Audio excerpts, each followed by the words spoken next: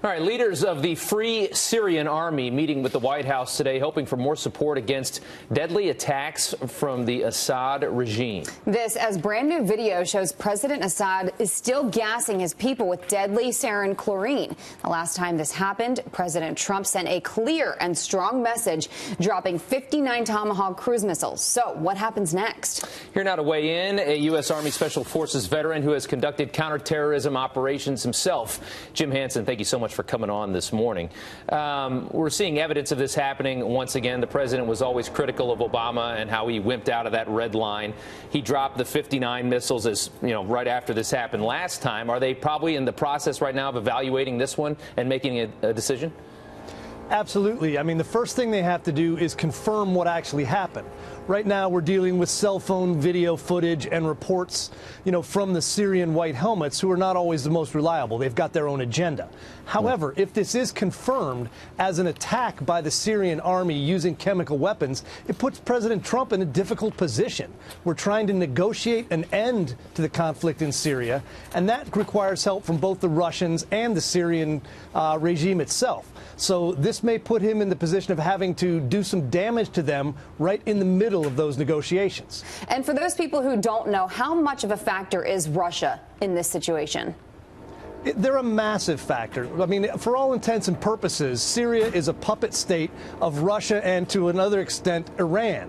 The Russians negotiated long-term leases on their warm water port, which they're very fond of, and also an airbase. So it's hard to believe that Assad would go ahead and authorize any kind of chemical weapons attack without the assent of the Russians. Now, that really puts President Trump in the position of having to stare down the Russian bear again and point out that we're not going to tolerate that. That is unacceptable in any way, and that may throw the ability to negotiate an end to this right out the window. Well, the rebels in this country are just about beat. I mean, they've been pushed basically backed into a corner in this. I think this particular area might be one of the last bastions of hope for this attempted revolution to overthrow the Assad regime.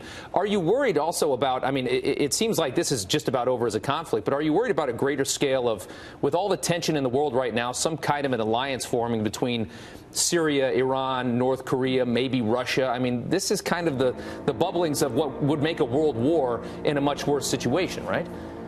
It could, which is one of the reasons President Trump will be a little bit, not tentative. He's not a tentative kind of guy. I think any decision will be decisive, but it may not be an attack. It may not be another rain of Hellfire missiles and Tomahawks coming down. This may be something that happens behind the scenes to ensure that it doesn't, raise up to another level and create a broader conflict. But the idea that the Russians, the Iranians, and Assad still in power are an axis in the Middle East causing trouble is not something that President Trump's going to tolerate. So there will be a response. The question is, will it be public and will it cause smoking rubble, or will this be something he negotiates behind the scenes? Right. And do you think retaliation is the answer yet again? If it turns out that they used chemical weapons after he was 100% clear, and as you mentioned, unlike Obama, willing to go ahead and make a red line a real thing, then I think people better watch to see whether chocolate cake is on the menu the next time he visits Mar-a-Lago, because that's what happened the last time. He ordered some chocolate cake, showed it to the Chinese president, and then things started blowing up in Syria. That's something the Syrians need to be very cognizant of. Yeah, and he does not want to appear weak on foreign policy, on messing around with these other world leaders. He does not like to show a weakness there. So, Jim Hanson, thank you so much for coming on this morning. We appreciate it. Good to be with you.